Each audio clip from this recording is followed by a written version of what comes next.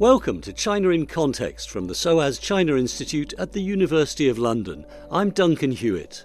The presidency of Donald Trump has arguably given China fresh opportunities to increase its influence on the international stage.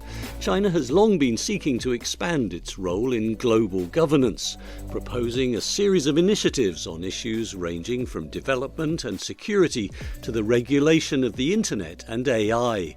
It's also founded the Asian Infrastructure Investment Bank and is a prime mover in groups including the BRICS and the Shanghai Cooperation Organization.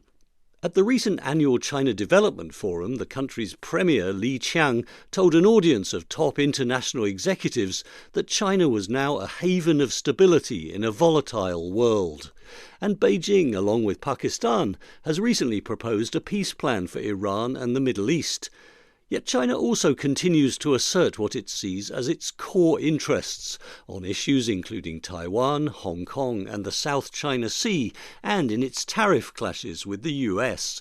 And many observers have argued that China's rise makes a conflict with the United States almost inevitable, in line with concepts such as power transition theory and the Thucydides trap.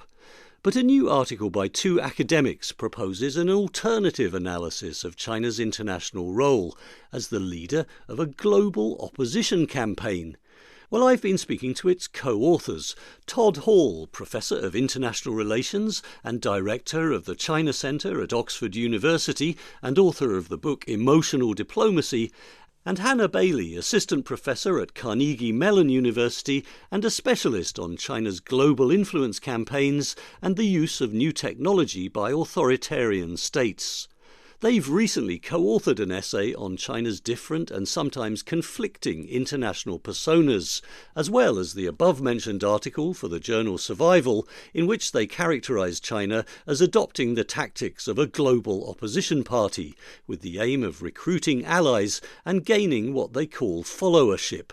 Speaking just before China announced its peace proposals for the Iran war, I asked Todd Hall first to spell out the key arguments in that article and to explain how these differ from past conceptions of China's international role.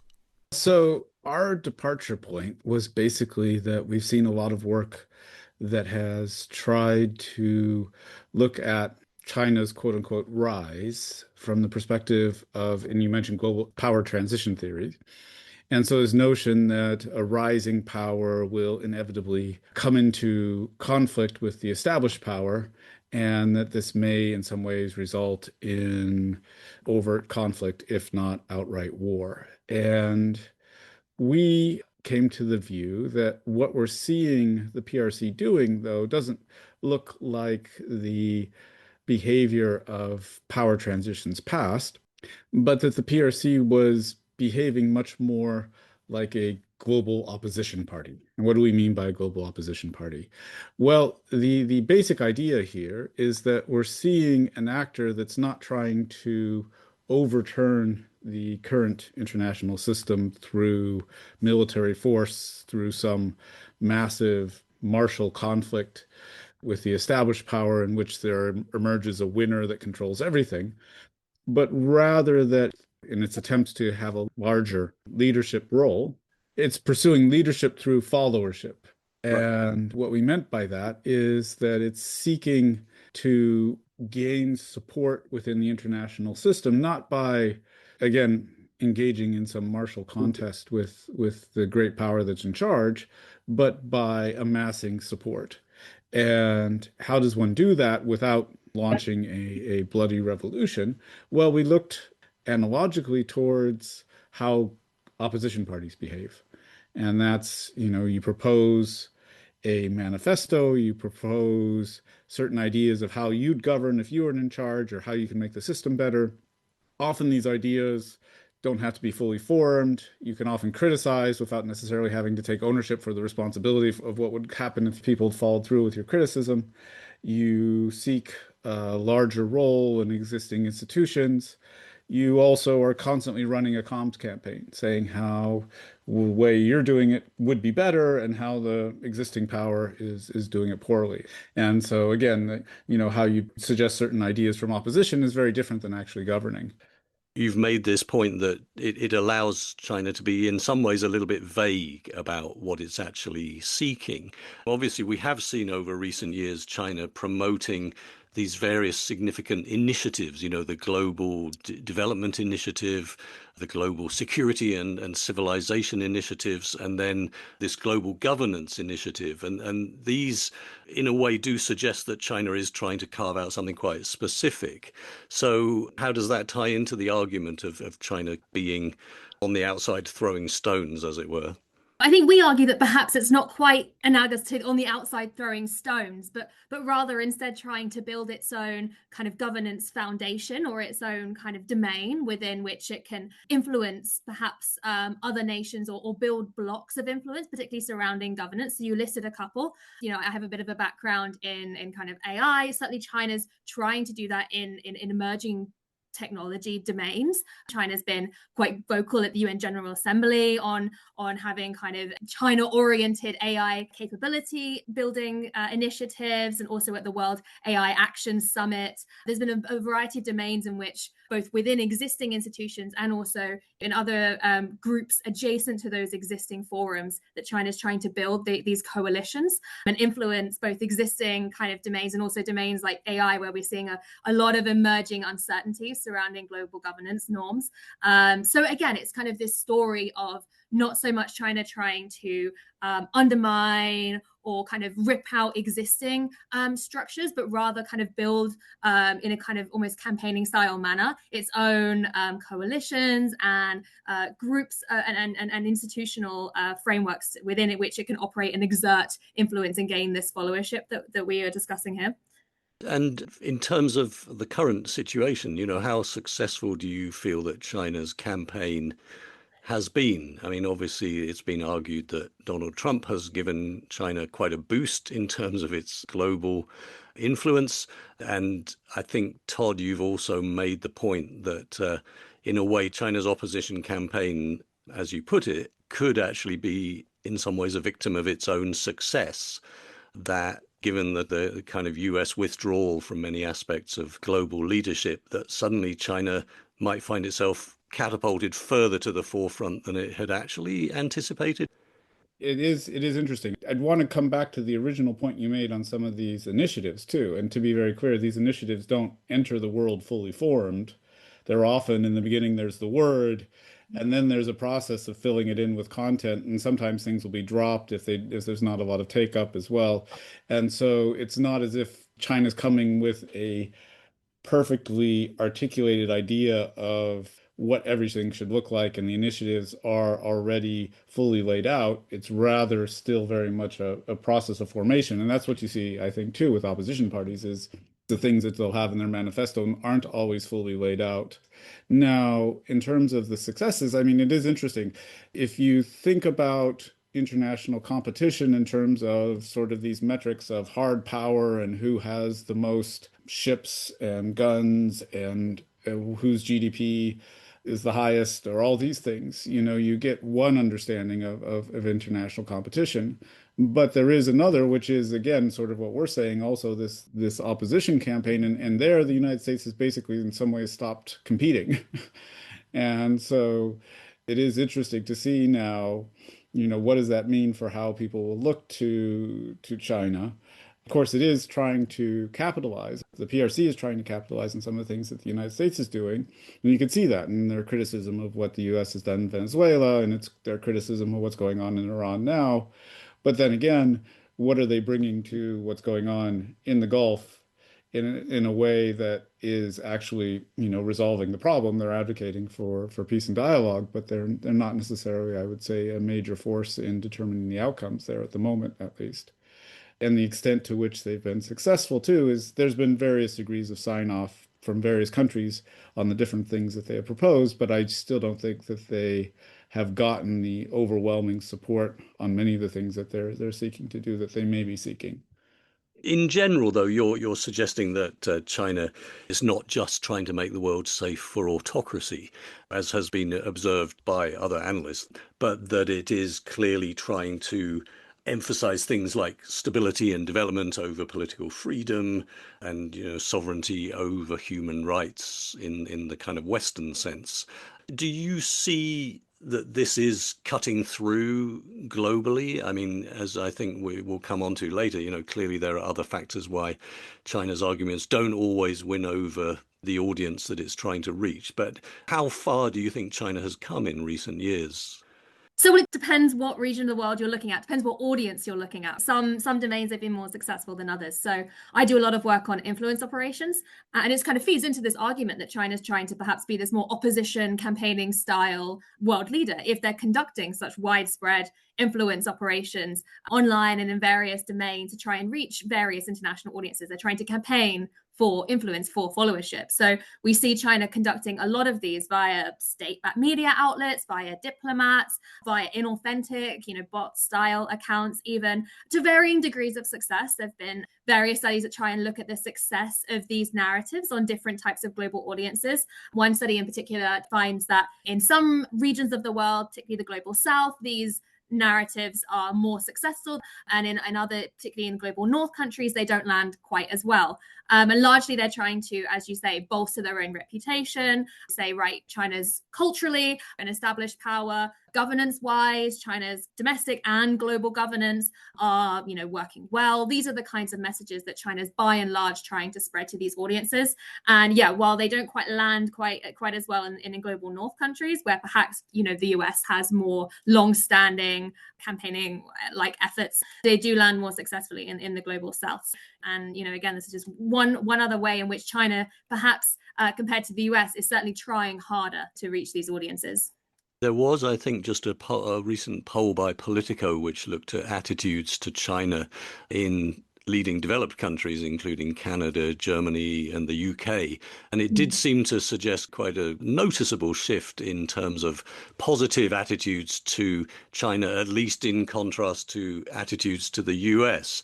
Do you think that this suggests that this Chinese campaign is becoming increasingly effective, or is it all very much about playing China off against the United States in the current climate? Well, I mean, I think it's very relative, right? And what the United States is doing certainly has an effect on some of these views. And if we were back in the era of Biden's United States, or if we had seen a US government that was more a successor to Biden, we might be seeing something very different at the moment. And so how people interpret the moment, of course, is based on how they're anchoring it.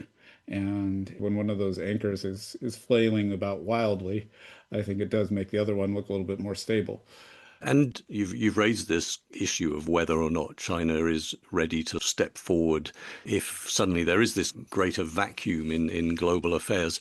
But do you feel that China does actually have a joined up policy? Because the two of you have also written an article for The Diplomat in which you ask the question, what does China want? And you say it depends which China you're talking about. And you make the argument that China has effectively three different personas, that there's moral China, there's striving China, and then there's defensive and assertive China.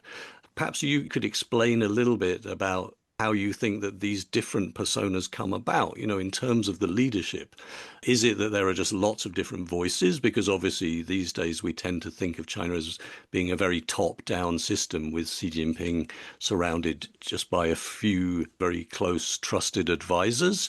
But you make the point, for example, in that article that, on the one hand, China seeks to reach out both economically and kind of morally to other countries in Asia, in Southeast Asia in particular, while at the same time, its actions in the South China Sea are alienating many of these countries. So is this a coherent policy, or are these really the result of just lots of different interests within China coming together to produce these outcomes? So to give a little background for that, when we were writing this paper on the ways in which China is seeking a greater leadership role and the ways in which it's trying to project itself as this moral actor that offers an alternative to the United States and is not as, forceful and capricious and all these things, what we also found was that wasn't the only thing it was doing. And so this is where sort of those three personas come out, is that while on the one hand the PRC is trying to project itself as this more responsible, more stable, more thinking on the part of the global South as an actor that can take up a larger leadership role. On the other hand, it does still have a set of what it would call its hashini, its core interests, that when those are broached or touched upon or perceived to be violated, the PRC reacts very vehemently to this. And as you sort of have this language of daring to struggle, ganyu doljang. And you're seeing this right now with PRC-Japan relations and how Japan, having mentioned the status of Taiwan, has set off a crisis in Sino-Japanese relations where it doesn't appear to be off-ramps for either side at the moment. And so it's almost as if the switch gets flipped when you talk about these issues. But realizing that, we also realize there was something else going on as well. And that's that the PRC is also very much interested in being at the commanding heights of the international economy, of having a major role in manufacturing, of playing the major roles that would play in tech and AI. And there's a very competitive, striving aspect to that. And that's slightly different than projecting yourself as a moral actor. It's also slightly different than the core interest language, even if you could say in some cases those interests align. But they also can get in each other's ways as well. And that's what we found very interesting.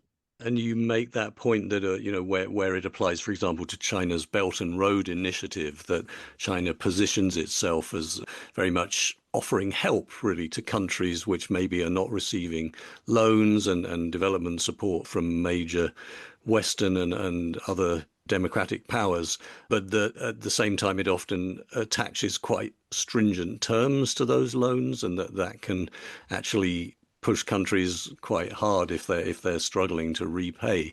How do you feel that this affects the way that China is perceived? Obviously, if it's running an opposition campaign, it wants to win people over. But do you think that China is undermining its success by these competing personas not always coming together coherently? Definitely. Ultimately, if you're trying to build followership among these nation states, it needs to be genuine. You can't have genuine followership if there's some element of coercion going on or some kind of inauthenticity. You need to kind of trust the power that you're following. You need to trust them to have a consistent agenda that you can rely on. You kind of understand their motives, and you might say, right, that their motives align with my motives. Therefore, I will endorse, follow, support this China as this kind of opposition party. But of course, if you have these different personas, and if one moment China's moral China, saying to the global South, oh, we'll, expand digital infrastructure, give you all 5G networks, cloud computing facilities, and then the next they're saying, oh yes, well, we will have this moral element, but at the same time we have this kind of striving element where perhaps at the same time we're trying to have self-reliance. So this relationship is a very short-term transactional one that undermines that moral framing. And then obviously this kind of defensive persona where China can just flip a switch if they perceive some slight on their own nationalist self-interest and say, no, never mind, all that moral discourse was all for nothing, and we've forgotten all those agreements and that we made because you've offended us. That doesn't lend itself well to a power that you might trust and follow. And when it comes to self-reliance, I mean, you touched on the idea that China is very much leading the way in areas like AI, certainly in competing with the US. How far do you think that China is succeeding in imposing its own standards on not only AI, but, we've obviously seen China with its World Internet Forum seeking to take the high ground in terms of how the internet is controlled, and as it sees Western countries these days debating greater controls on social media, whether for young people or on hate speech. China is tending to argue that we were right all along, that the internet needs to be controlled. And then in more sort of practical areas such as new energy and electric vehicles, we're certainly seeing China coming out with some of the sort of international standards through its control of battery production or its growing domination of the EV market. So overall, how far is China's influence growing, would you say? They're trying to be a standard setter in a whole variety of domains, particularly with a focus, as you know, on emerging technologies or technologies where the standards have yet to be set. So if you can be a first mover in that domain, well, then you set the agenda. So China's certainly trying to do that. But this is also a domain where we see these multiple personas conflicting again, because China is trying to set these agendas, trying to set these standards and, grow their market in these various domains. At the same time, they're also trying to have this defensive component, particularly in technologies that concern communication. So social media, as you know, also AI, generative AI. China is very concerned about the potential for generative models to discuss sensitive issues. We see this in the greater censorship controls that we see over DeepSeek versus alternatives such as OpenAI's and Claude's various different generative tools. And we also see largely that global audiences don't gravitate toward these more heavily censored communication tools where they have more comparatively open US options available to them. So again, this conflicting persona that we see help but also hinder China's efforts. And Todd, you mentioned the idea of the defensive, assertive side of China, and you referred to the tensions with Japan in recent months. Overall, until that issue blew up last autumn, could it be argued that compared to, say, that period around the beginning of the COVID pandemic, when the world was very much focused on the idea of China pursuing a sort of wolf warrior diplomacy, and China seemed to react very, very angrily to any type of criticism or to any perceived slight around the world. In the past few years after the end of the pandemic, would you say that the Chinese leadership has actively tried to kind of tone down a little bit of that defensive, assertive reflex in the way it deals with the West in particular? Or is it always just a balance of these different factors? I think we've seen one character, Zhao Lijian, who was a famous sort of face of what was called Chinese wolf diplomacy, disappear from prominence. So he was one of the foreign ministry spokespeople who had just been very, very critical of many Western countries and individuals and anyone who criticized China, basically. Yes. And Zhao Lijian seemed to revel in being provocative and trolling a bit and doing those types of things. Pa Chunying as well was promoted, and so she's not as much on the dais as she used to be. So we did see some turnover in those people who had been most proactively presenting that face externally. I mean, there is an interesting question, how much this is a complete change in tactics versus some of the more prominent voices that we associated with this have come to be relocated. And again, those two could go hand in hand as well. But the long-standing tradition of PRC diplomacy is there's certain issues where you have to respond.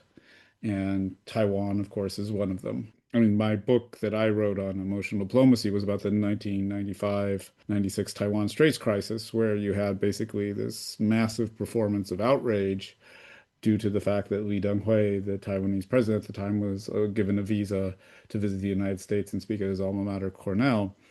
And so I wrote that book, decade ago, and those arguments could easily pertain to what you're seeing, in PRC diplomacy vis-a-vis Japan, on the Taiwan issue, PRC diplomacy vis-a-vis Taiwan itself. And so this is not necessarily something new. And you do see waves of it, and you do see sometimes the PRC pulling back on it, sometimes when it's seeking other goals. But I think it's always been a component of PRC diplomacy.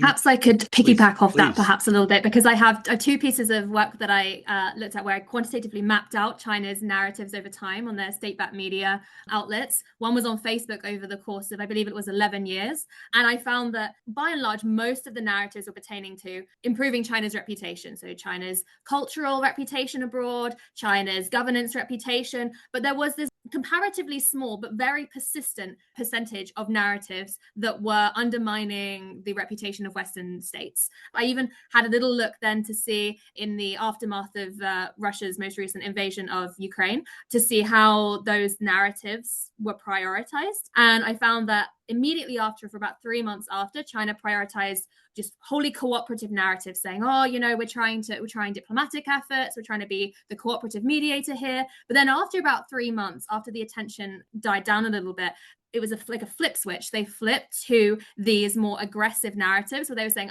this invasion's all the fault of the West, it's the US. So we do see this kind of flip-flopping effect, perhaps where China perceives that it might receive less blowback for having these more critical narratives. They prioritize that at strategic moments. So it's interesting to see this dynamic. And it's also been interesting to see how China has responded in public to the US attacks on Iran recently. And we saw that when Wang Yi, the Chinese foreign minister, gave his press conference at the recent session of the Chinese legislature, I mean, he was really quite complimentary about relations with the US and with Donald Trump, and talked about the strategic guidance of the two presidents. So again, Todd, I just was wondering in my earlier question, really, do you think that in any way Xi Jinping maybe thought that China had gone a bit too far in terms of shutting out the outside world around the time of COVID? You know, there was a sense that Beijing was getting worried that foreign investment was down and that foreigners didn't want to come to China. Now they've opened up all the visas. People from many countries around the world can visit visa-free. Would you say that in some ways China is being smarter after the wolf warrior diplomacy in terms of how it tries to appeal to people around the world?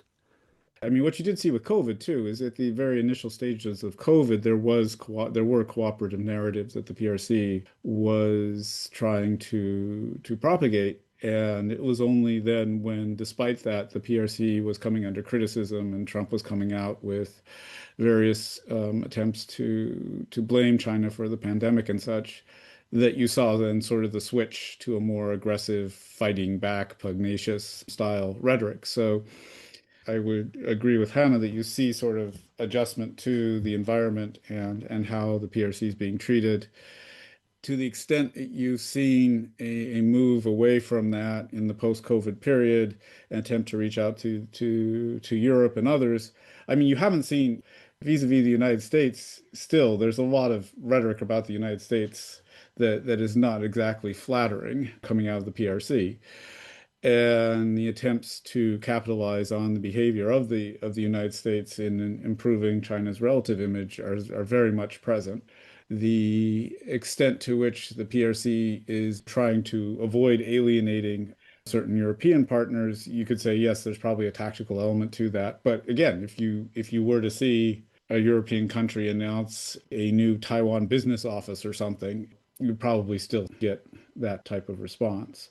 It has been argued that China in some ways finds it easier to deal with someone like Donald Trump, who they see as very transactional, compared to a more traditional politician, you know, someone like Joe Biden, who has, in theory, clear lines on issues like human rights, for example. How do you feel about that? Do you think that Beijing knows how to deal with Donald Trump, or is it still a bit of a white knuckle ride for them, watching his global adventures and obviously wondering what he might think about Taiwan? My impression is that there's mixed views, and it's very hard to say what the top of the top thinks. But I think there's advantages and disadvantages for PRC in both. In sort of a Biden-like presidency, yes, you had an actor who was possibly mentioning more about human rights, but probably even more significantly reaching out to allies and building coalitions and not alienating regional actors. Now there was a stability there, but it was also a competence and an ability there that contrasted with Trump. Trump is, you know, China's running its opposition campaign unopposed. The US is doing a lot to degrade its own reputation and influence in the international system. It's getting distracted away from the PRC by various things it's engaging in. And certainly there's probably some value seen in that. You mean that China is happy to Yes. sort of watch this unfold, really? Well, the PRC may see some advantages to be gained from that, but at the same time, it's an unpredictable actor. So it looks like the PRC is trying to manage that relationship, but it is a volatile relationship. And even the activity of the US and other regions will have fallout for the PRC, be it in Venezuela or Iran and such. And so it's not necessarily that Trump is the ideal US leader either, I would think. This kind of feeds back to the point that we were trying to make in the paper, right? That we have these two countries trying to either grow or maintain their followership on the world stage, but both being in their own different ways unpredictable. And if we think about trust as something that is reliant on predictability, that's a problem. So it's almost like we're seeing a battle for the inconsistencies or the unpredictabilities, which is actually more reliable, the US, China. It's a difficult question. I mean, probably from the perspective of global leadership, each of them are their own worst enemy. I mean, in a way, that goes back to my question about, is there an overall coherent strategy in China? I mean, do you think the Chinese leadership is aware of any of the contradictions? That, as we were saying earlier, it's trying to win over people in Southeast Asia, but it's being very assertive in the South China Sea because that's a core interest. Do you think they think about these issues from your interactions with academics or with people in the system? Do you feel that people are concerned about these things? I would think that there is recognition of the various different things the PRC is trying to balance. But there's also ways in which sometimes, particularly on issues of core interest, there's a perception that the PRC's hand is being forced and that we're being forced into responding in this way. Although there's also sometimes some opportunism there as well, taking the opportunity of actions by others to make a point, to draw a red line, or to change the status quo. And so I don't think it's a simple equation, and there's a constant readjustment going on. So do you see China as a country that successfully uses emotion in its diplomacy? You talk about the use of this strategically, obviously, in your writing. Well, I mean, it depends on what your criteria for success are. If your criteria for success is that actors outside the PRC view Taiwan as a very sensitive issue, or certain other issues as very sensitive issues, that if you do certain things on those, you're likely to be facing down a display of PRC outrage. Yeah, I think the PRC has pretty well established that. Whether that's something then that's useful for other things the PRC wants to achieve or helps its overall image as a moral actor is a different question. But I think it certainly has done a good job of showing outside audiences what it considers to be sensitive issues and red lines. And Hannah, you raised this question of China's approach to the Russian invasion of Ukraine. And I also noticed that in your article where you were talking about the competing personas of the Chinese leadership, you mentioned that Russia, in a way, was quite an interesting case study because obviously China has talked about this comprehensive strategic partnership between itself and Russia in recent years.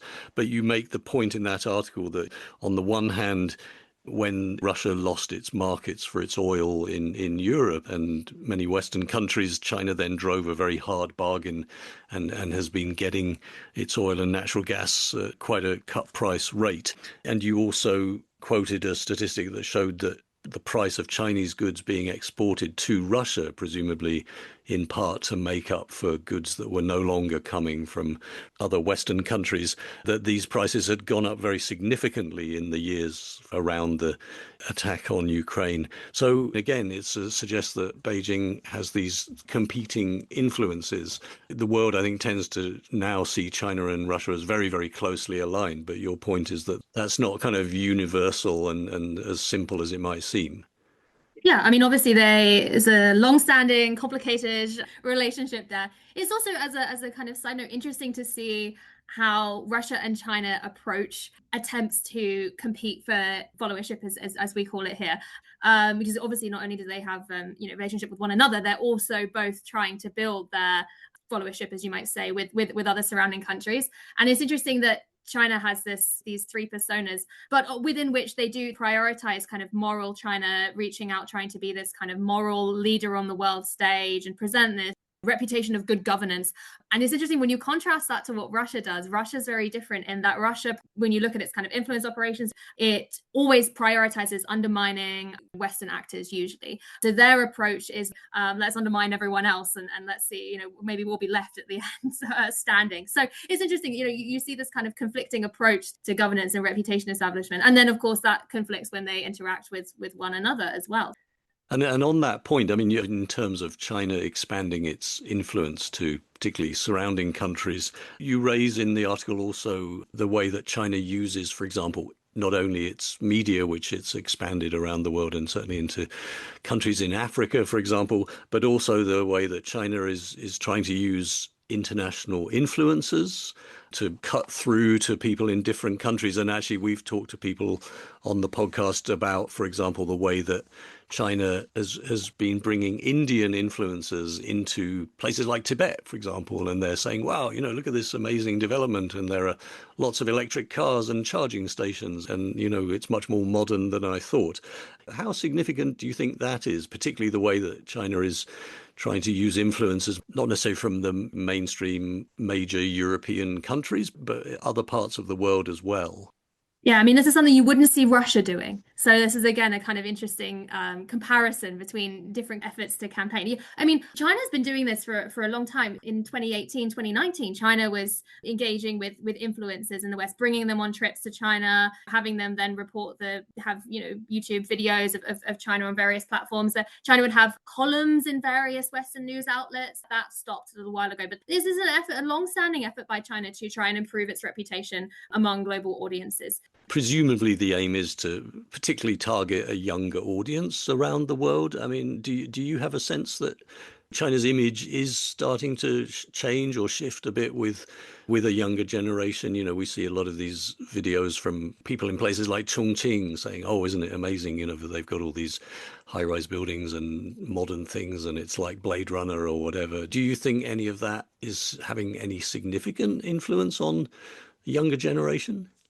It's difficult to know. Again, you referenced some surveys that perhaps show that this is having a bit of an effect. Anecdotally, I know that there's certain trends at the moment surrounding Chinese culture and online communities, but they're not necessarily politically oriented. There's more cultural. And China does prioritize this even in their state media outlets. It's, look at the panda, look at this, there's a lot of cultural promotion that goes out alongside the kind of political oriented messages. And I suspect that the cultural components are landing better than the political messages. Todd, I mean, I know you follow debates certainly on the Chinese internet quite closely. I don't know. Well, I mean, I think part of the issue is that for especially younger generations, there's not a lot of exposure to China in all of its diversity.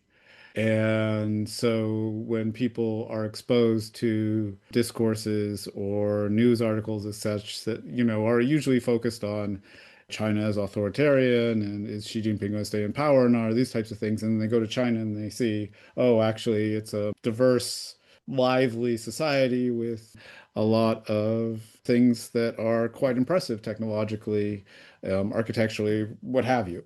That then they start to question what they've been exposed to. And so you often get a very sort of swinging from one end to another style of reaction. And of course, if you spend a lot of time in China and you speak the language, you realize that there's a lot of complexity there, and there's no, easy labels that sometimes work. But the way in which I think influences themselves are influenced is that lack of exposure or prior knowledge makes it very easy to shape their impressions on the basis of a few experiences in China. But that's all anecdotal. That's not an academic analysis of the trend. Some years back, we used to hear a lot of talk about China maximizing its soft power, and that would go back to some of those things that you just mentioned, Todd, in terms of the diversity of Chinese society and the technological advances and the cultural things that you mentioned as well, Hannah. So do you think that China is still interested in extending its soft power globally? And is it in any way getting better at doing this, or are they still stuck in a bit of a rut or caught between the different competing influences that you've identified in terms of their persona? Well, I mean, I think we have to be very careful with the term soft power, first of all. So, to roll this back a little, Joseph Nye, who's the originator of the term of soft power, writes at this time, at the end of the Cold War, about how the US still is maintaining its influence because of its attractive power. And early writings in China on soft power, and Wang Huning, who now sits on the standing committee of the Politburo, was one of the first people to really introduce the concept to China. saw it very much through a lens of Western dominance and hegemony, particularly in the cultural and discursive spheres. And so the term soft power within the Chinese context is part of a whole ecosystem of different terms, which also include things like telling China's story well and discourse power. And what are those and how do those fit together? Well, there's this notion, of course, China should be a soft power, great power, because it has 5,000 years of history and it has this wonderful culture and it has, done all these things like bring people out of poverty and all these other things. And so people should see China as attractive. And the fact that people don't see China as attractive is a function of two things. One is that we're not telling China's story well. We're not projecting outwards well enough. And so this leads to the rhetoric of Zhang Hao Zhongguo Gusha telling China's story well and needing to build these abilities to better project the beauty and attraction and charms of China. But there's this other side of it too, which is, well, there's also because of Western dominance and the way in which the Western media and others control China's image and make us look bad. And this is then the issue of discourse power. And this is the need to more proactively, shape the discourse, engage in shaping what is said about China and how China is portrayed, and also projecting Chinese wisdom and Chinese knowledge and Chinese ideas and these types of things. And so then you do get a very different approach. And Nye himself, Nye sees China as unlikely to get soft power because of its system and because its efforts are state-led and it's not taking advantage of civil society and these types of things. Whereas the PRC side sees that as actually, no, the reasons we're not getting traction is because we're not yet completely good at it. We haven't mastered it. And we're fighting against this system of Western discursive and cultural hegemony. And so for the PRC then too, it's not just simply about attraction that would be this thing that naturally happens if you let your civil society loose. It really is about engagement with these structures of discursive hegemony, which requires a much more proactive engagement across multiple vectors. And I think that then explains in a better way what we're seeing the PRC do than just simply sort of evaluations of, is China attractive or not? And just to end on, perhaps, we have several more years of Donald Trump ahead of us, at least. And clearly we have China, as you say, with in some ways an enhanced global status, but competing interests, as you suggest. So, if you look, say, 3 or 4 years ahead, where do you think China will be, both in terms of its global status and role, but also in terms of relations with the US? I mean, there's just so many variables. What's going on with the United States? How has the Iran war ended? How has the Ukraine war ended? Have they ended? Who is going to be president of the United States at that time? What's going on in China? We live in a world right now where so many things have been thrown into question that it is very hard to predict, particularly predict the future. I think what perhaps we argue, at least in the pieces that we've written here, that we will see a consistent effort in is China's attempts to bolster its own international reputation, to continue to gain followers one way or another, to continue to try and build these relationships with other states, but at the same time, these efforts to be in part thwarted by these competing personas, which I don't think are going anywhere. China's still going to try and make itself seem like it's this moral, benevolent power. It's still going to want to be striving for economic dominance in various industries, and we're still going to see China continue to prioritize its defensive, more aggressive persona, and we're likely to continue to see these personalities conflict. Coming back to our discussion on self-reliance, this whole drive for self-reliance on the part of China is in part a recognition that the international and external environment is becoming more hostile, but actually China's own behavior is a significant contributor to that inhospitality. So anyway, we're likely to see these personas continue, conflict, but in what way, we don't know.